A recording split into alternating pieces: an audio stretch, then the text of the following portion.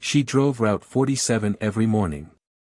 The same yellow bus, the same 47 children, the same winding mountain roads through Colorado's pine forests. For 3 years, nobody had looked twice at the quiet woman who made sure every kid got home safely. But when armed men blocked the road during a field trip and seized the bus, those children discovered something that would change everything. Because the gentle woman who remembered every birthday and knew every child's name had once been the CIA's most effective hostage rescue operative. And some skills never fade, they just wait for the right moment. From which city in the world are you watching this video today? If you enjoy stories about ordinary people with extraordinary pasts, subscribe to The Quiet Legends for more compelling narratives that honor the heroes hidden in plain sight. Morning light filtered through the pine trees of Ridgemont, Colorado, casting long shadows across the elementary school parking lot. Elena Martinez stood beside bus 47, clipboard in hand, greeting each child as they boarded for the museum field trip. "Good morning, Sophie," she said warmly to a girl with pigtails. "Did you remember your lunch?" "Yes, Ms. Martinez." Sophie held up her lunchbox proudly before climbing the steps. Elena had been driving for Ridgemont Elementary for 3 years. At 42, she was neither young enough to be mistaken for the children's mothers nor old enough to be their grandmothers. She existed in that comfortable middle ground where people registered her presence without really seeing her. Her dark hair was pulled back in a practical ponytail, and she wore the standard blue uniform with Ridgemont School District embroidered on the pocket. No jewelry except a simple watch. No makeup. Nothing that drew attention. The other drivers gathered near the maintenance shed, drinking coffee and complaining about traffic or discussing weekend plans. Elena never joined them.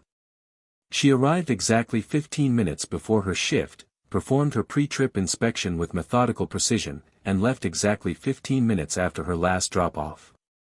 Antisocial, some called her. Professional, others said.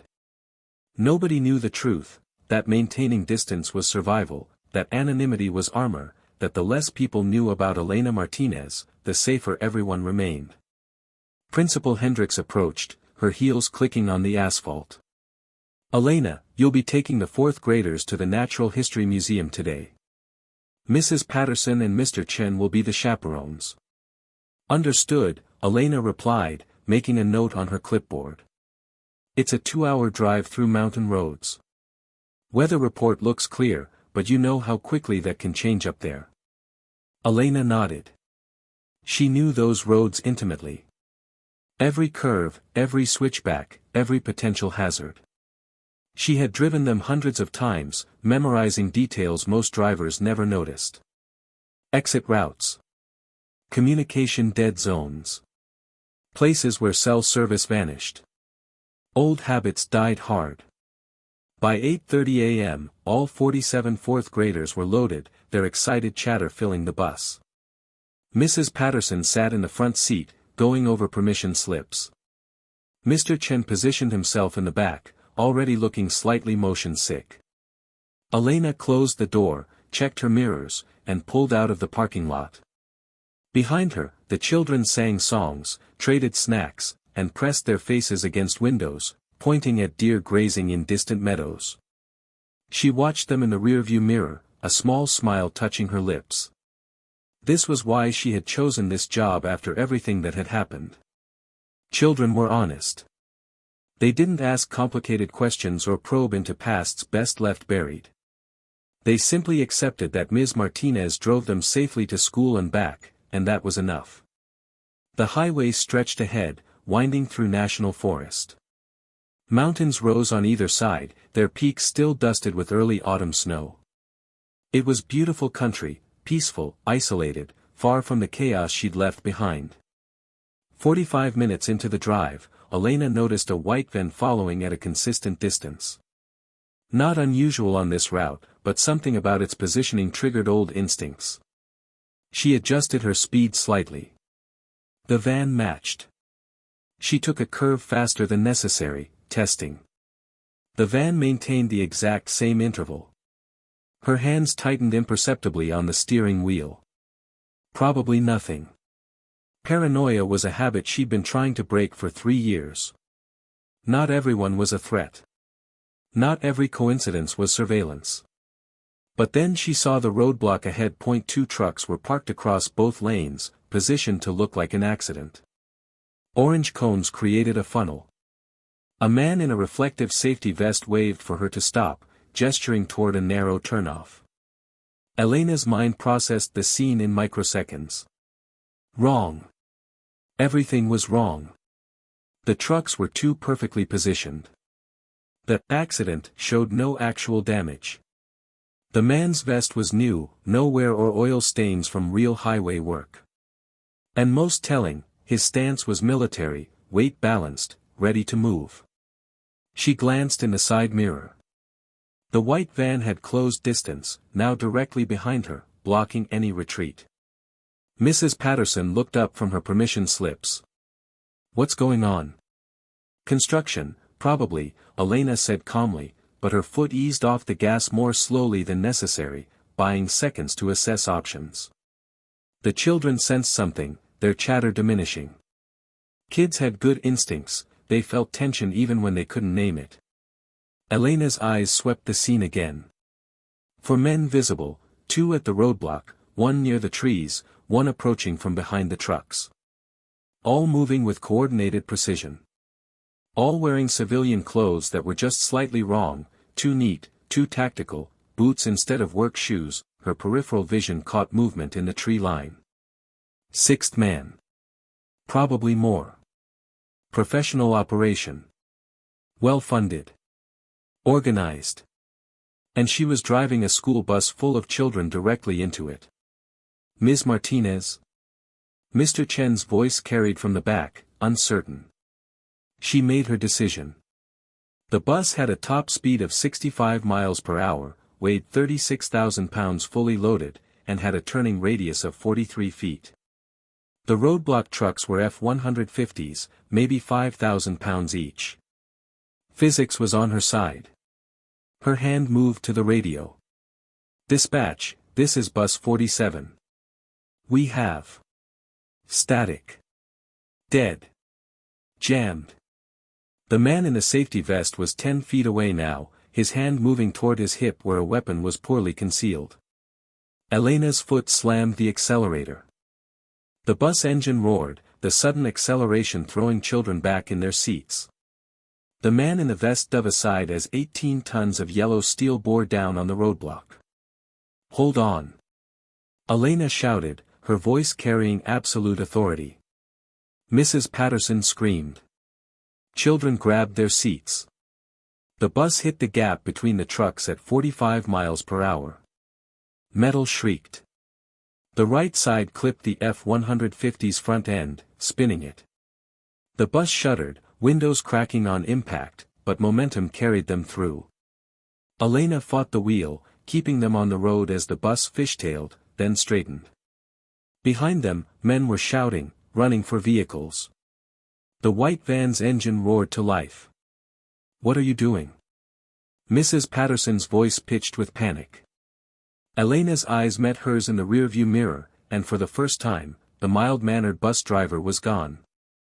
In her place was someone else entirely, focused, calculating, dangerous.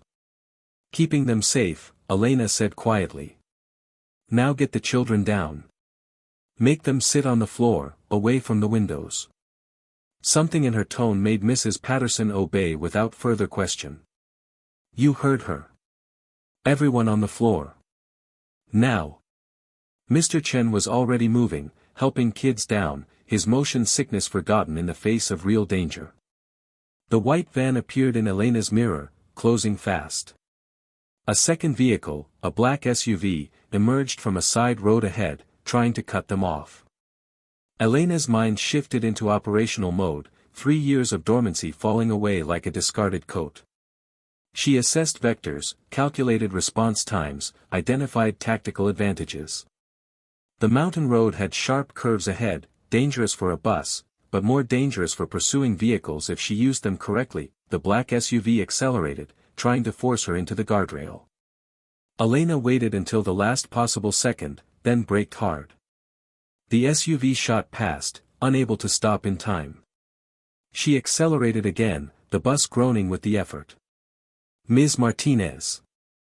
Sophie's frightened voice called from the floor. "I'm scared." "I know, sweetheart," Elena called back, her voice somehow calm despite the chaos.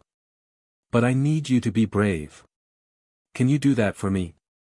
"Okay," came the small reply. The white van pulled alongside, trying to force her toward the cliff edge. Elena could see the driver now, crew cut, tactical gloves, professional. Not random criminals. Something worse. She let the van edge closer, closer, then cut her wheel sharply right. The bus's bulk forced the van toward the guardrail. Metal screamed as the van scraped along the barrier, then dropped back, its side shredded. "Who are you?" Mrs. Patterson whispered, staring at Elena with wide eyes. "Someone who's trying to save your lives," Elena replied. "The emergency exit, can you get it open?" "The back door?" "Yes, but..." "Good. When I tell you, get the children ready to evacuate. Fast and quiet." Up ahead, the road entered a series of switchbacks descending into a valley. Hairpin turns, steep grades, and a sheer drop on one side. Normally, Elena took this section at 25 miles per hour. Today, she was doing 60. The black SUV reappeared, this time on the cliff side, trying to box her against the mountain. Elena recognized the tactic, force her to choose between slowing down and losing control on a curve. But they didn't know who they were dealing with. She waited until the moment before the first hairpin, then hit the brakes in a controlled skid, bleeding off just enough speed. The SUV, unable to match the maneuver, shot past and had to brake hard or go over the cliff. They chose braking, smoke pouring from their tires. Elena accelerated through the curve, the bus tilting at an angle that made the children cry out, but she had calculated the physics exactly. They held the road. "Ms. Martinez." Mr. Chen's voice cracked. "Please tell me you know what you're doing." "I do," she said simply, and something in those two words made him believe her. 3 more curves. The pursuit vehicles were good, but they were designed for speed, not for handling a 36,000-pound bus through terrain like this. With each turn, Elena extended her lead slightly. Her eyes scanned for options. A mile ahead, there was a ranger station, small, probably empty this time of year, but it had a radio tower. If she could reach it, she could call for help. The white van tried one more pass, pulling alongside on a straight stretch. The passenger window rolled down, and Elena saw what she'd been dreading, a weapon. "Everyone stay down," she shouted. The gunshot was shockingly loud. The bullet punched through the bus's thin metal skin, exiting through the roof. Children screamed. Mrs. Patterson was sobbing now, trying to keep the kids calm while clearly terrified herself. Elena made a choice that would have seemed insane to anyone who didn't understand tactical driving. She accelerated directly toward the van, using the bus's bulk as a weapon.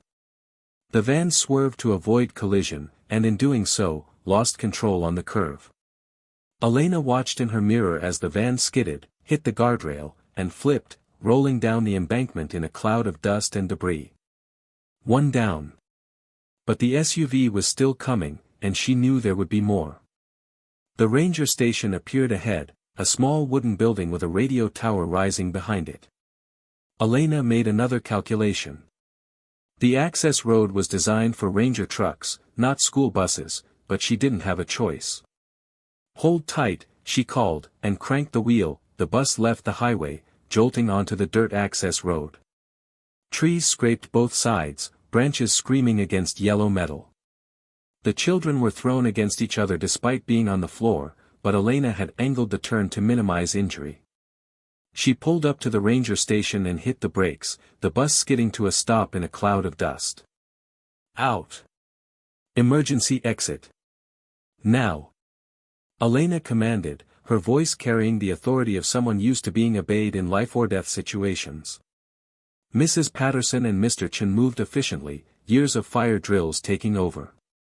The back door popped open, and children began evacuating in surprising order, scared but following instructions. Elena grabbed the first aid kit from under her seat, not the standard bus kit, but a modified one she'd installed 3 years ago. Inside were items no civilian bus driver should possess: a trauma kit, a combat knife, a radio beacon. She also reached under the driver's seat and pulled out a locked case. Her fingers found the combination automatically: 2-7-1-4. Inside was something she'd sworn never to touch again: SIG Sauer P226, the standard sidearm of her former life, and a CIA identification badge that was supposed to be destroyed. Mrs. Patterson saw her checking the weapon, and her face went white. "Oh my God! Who are you?" Elena looked at her directly. "Right now, I'm the person keeping your students alive. Get them into the ranger station. Lock the doors. Don't open them for anyone but me or law enforcement." "But now, Mrs. Patterson." The teacher herded the last children toward the building. Elena could hear the SUV approaching, engine roaring up the access road.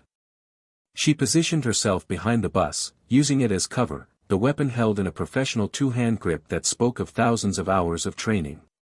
When the SUV rounded the curve, she stepped out, aimed, and fired 3 precise shots into the engine block. Steam exploded from the hood. The SUV coasted to a stop, disabled.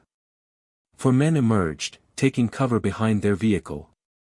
They were armed, professional, and clearly surprised that a school bus driver had just disabled their vehicle with expert marksmanship. "Elena Martinez," one of them called. "Or should I say Elena Reyes? Former Special Activities Division, CIA." Her jaw tightened. They knew her real name.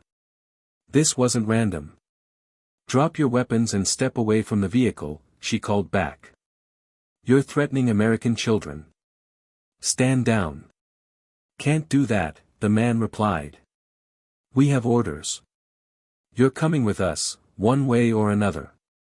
"Whose orders?" Elena demanded, but she already knew the answer was something that made her stomach drop. "Santiago Reyes sends his regards." The name hit her like a physical blow. Santiago. Her brother. The brother she'd put in federal prison 5 years ago after discovering he was running arms to cartel operations. The brother who'd sworn he'd make her pay. "He's still in prison," Elena said, though her voice lacked certainty. "Was transferred to minimum security 6 months ago. Escaped 3 weeks later. And he's been looking for you ever since." Elena's mind raced. Santiago had resources, connections, money. If he'd hired professionals to grab her, they wouldn't stop just because she'd disabled one vehicle. There would be more coming. And he knew her weakness, that she'd never risk children to save herself. "Let the kids go," she called. "Take me." "That's what Santiago wants anyway." "Can't risk witnesses," the man replied. "Besides, he said you try to play hero. Told us to use the kids as leverage." White-hot rage flooded through Elena, rage she'd kept tamped down for 3 years, rage at herself for thinking she could ever truly escape her past, rage at her brother for being willing to harm innocent children to get revenge. But rage made mistakes. Elena forced herself to breathe, to think tactically. 4 visible hostiles.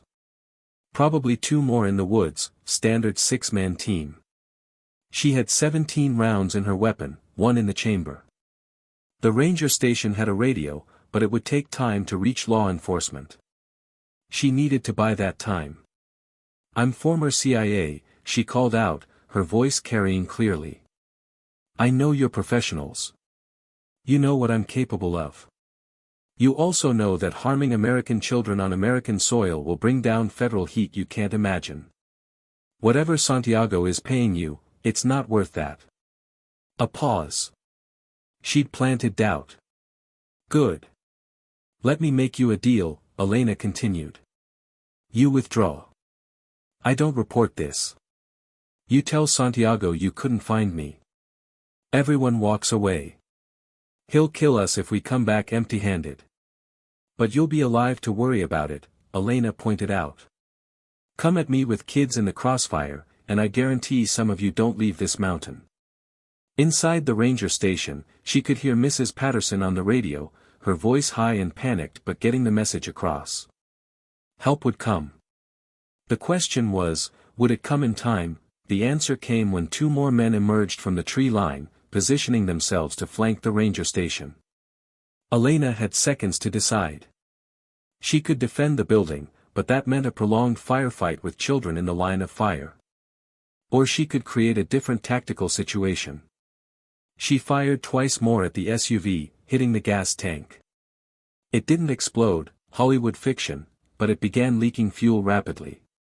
Last chance, she called. In 30 seconds, I'm going to ignite that fuel. The fire will bring every ranger and firefighter within 50 miles. You'll be identified, tracked, hunted. Or you can leave now. You won't risk the fire spreading to the station, the leader said. But his voice carried less certainty now. Try me, Elena replied coldly. I've made harder choices than this. It was true. In Bogota, she'd made a call that saved 18 hostages but cost 3 kidnappers their lives. In Cairo, she'd orchestrated an extraction that required demolishing an entire building. The mission always came first, and right now, her mission was protecting 47 children. She pulled out the road flare from her first aid kit, struck it, and held it where they could see. Your move, gentlemen. For a long moment, nobody moved. Then the leader made a gesture, and his men began withdrawing to the tree line. Santiago will find you eventually, he called. Let him try, Elena replied. But he won't find me through these kids. The men disappeared into the forest. Elena maintained her position for 5 more minutes, waiting to ensure they were truly gone, before approaching the ranger station. She knocked. Mrs. Patterson, it's me. They're gone. The door opened slowly. Mrs. Patterson stood there, children visible behind her, all of them staring at Elena with wide eyes. Help is coming, Mrs. Patterson said quietly. I got through to state police. They're sending helicopters and ground units. Elena nodded. Good. Keep everyone inside until they arrive. Sophie pushed forward. Ms. Martinez? Are you a superhero? Despite everything, Elena smiled. No, sweetheart. I'm just someone who knows how to drive a bus really, really well.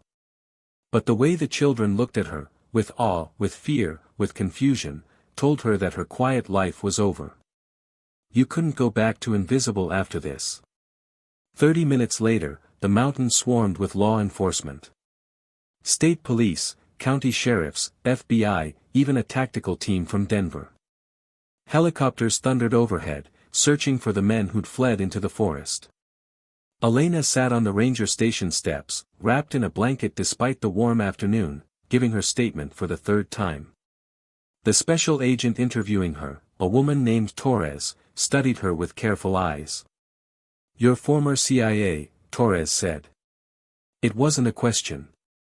Was, Elena corrected. 3 years retired. You put your brother in prison. He was running guns to the Sinaloa cartel. He made that choice, not me. Torres nodded slowly. The Bureau will provide protection until we can locate your brother and his associates. I don't need protection, Elena said automatically, then caught herself. But the kids do. If Santiago thinks he can use them to get to me. We'll handle it, Torres assured her. But Ms. Martinez, Elena, you can't go back to driving that bus. You know that, right? Elena looked at bus 47, battered and bullet-scarred but still standing. She'd kept every one of those kids safe. Not one injury beyond a few bruises. Yeah, she said quietly. I know. 3 months later, Elena stood in a training facility outside Quantico, watching a class of FBI hostage rescue trainees attempt a bus hijacking scenario. They were struggling, making rookie mistakes, approaching from predictable angles, failing to account for sightlines, moving too slowly. "Stop," she called, and the exercise froze. She walked into the scenario space, her steps confident. "Phillips, you just put yourself in a position where the hostage-taker has a clear shot at you through the windshield. Rivera, you're too focused on the immediate threat and missed the secondary position in the tree line. And Chen, never, ever take your eyes off the children. They're your responsibility first, always." The trainees listened intently. In 3 months, Elena Martinez, now officially Elena Reyes again, had become something of a legend in the FBI training community. The school bus driver who'd fought off a cartel kidnapping team and saved 47 kids was exactly the kind of real-world experience the Bureau wanted to incorporate into its training. After the session ended, Torres approached. "You're a natural instructor." "I had good teachers," Elena replied. "And I learned what happens when you're not prepared." "Any news on Santiago?" Elena's expression hardened. "Mexican authorities found him 3 weeks ago. Trying to cross back into the U.S. near Nogales. He's in maximum security federal holding now. No transfer option this time." "That must feel good." "It feels finished," Elena said carefully. "He made his choices. He has to live with them. Same as me." They walked together toward the administrative building. Through the windows, Elena could see other instructors leading classes, agents in training, the constant motion of preparation and practice. "The kids from Ridgemont sent you something," Torres said, handing her a large envelope. Inside was a handmade book, construction paper bound with yarn, filled with drawings and messages. "Thank you for saving us, Ms. Martinez. You're my hero. Sophie. You were really brave. When I grow up, I want to be like you. Marcus. My dad said you were in the CIA. That's so cool. Tyler." Page after page, 47 children expressing gratitude in crayon and marker, their innocence preserved because she'd been there at the right moment. Elena's eyes burned. She'd spent 3 years trying to escape her past, convinced that the things she'd done, the person she'd been, made her unsuitable for a normal life. But maybe that had been wrong. Maybe the skills that had once been used in dark places could serve a different purpose now. "The children are fine, by the way," Torres continued. "Few nightmares at first, but the school brought in counselors. Mrs. Patterson says they talk about you constantly. Ask when you're coming back." "I'm not," Elena said firmly. "That life is over." "Is it?" Torres gestured around the facility. "You're still protecting people. Just in a different way. Training others to handle what you faced alone." Elena considered this. For 3 years, she'd been hiding, punishing herself for perceived failures, trying to be invisible. But that mountain road had taught her something: you couldn't hide from who you really were. The question wasn't whether to use your abilities, but how. "There's something else," Torres said. "The director wants to meet with you. There's a position opening up, consulting role, liaison between field operations and training. You design scenarios based on real-world experience, help prepare agents for situations that don't exist in textbooks. I'd have to relocate to D.C. "There's a Ridgemont Elementary in Virginia," Torres said gently. "If you wanted to keep your connection to teaching, to kids. They have a volunteer program. Reading groups, career day presentations, that sort of thing." Elena looked at the book again, at Sophie's carefully drawn picture of a yellow bus with a stick figure labeled, Ms. Martinez the hero, standing in front of it. "Can I think about it?" "Of course. Take your time." But Elena already knew her answer. 3 years ago, she tried to become someone else, someone small and invisible who couldn't be hurt or hurt others. That woman had died on a mountain road when she'd chosen to accelerate through a roadblock instead of surrender. Now it was time to become someone new, someone who integrated all the parts of herself, the protector and the teacher, the warrior and the healer. Someone who could acknowledge the darkness in her past while working toward light in the future. 6 months after that, Elena stood before a classroom of 23 third graders at Ridgemont Elementary in Virginia. Not as their bus driver, those days were over, but as a guest speaker for Career Day. Ms. Reyes, a small boy, raised his hand. "What do you do?" Elena smiled. "I teach people how to protect others. I work with the FBI, training agents who help keep people safe." "Like police officers?" "Similar. Sometimes the problems are bigger or more complicated, and they need special training." "Were you ever in danger?" another child asked. Elena chose her words carefully. "Yes. But I learned that being brave doesn't mean not being scared. It means doing what's right even when you are scared." After her presentation, the teacher approached, Mrs. Wilson, young and enthusiastic. "That was wonderful." The kids were captivated. "Thank you. I enjoyed it. You know," Mrs. Wilson said, "we're always looking for volunteers. Reading groups, math tutoring, general mentorship. If you're interested." "I am," Elena said immediately. As she left the school, Elena noticed the line of buses parked near the gymnasium. Yellow and familiar, their drivers checking mirrors and adjusting seats, preparing for afternoon routes. She felt a pang of something, nostalgia, perhaps, or recognition. One of the drivers waved. "You're Elena Reyes, right? I heard about what happened in Colorado. That was incredible."